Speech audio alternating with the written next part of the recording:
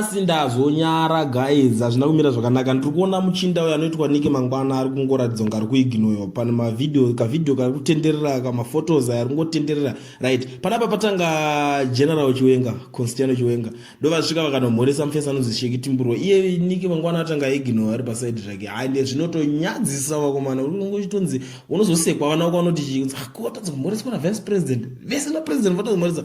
Ndiri kuona futi president Mnangagwa angosvika vari kumhoresa Sheki Timburwa. The guy uyo Niki angori pasaidi akutotanga bodyguard. Aiwa zvau bodyguard haasi bodyguard, haana kana chaanogona bodyguard, anongogona zvake zvepropaganda dzawo idzi. Ndo mabasa kwavo kwavanogona uku kwandisi kuona kunge ane chaanoningirina, but tarisai zvinhu zviri kuitika akuignora.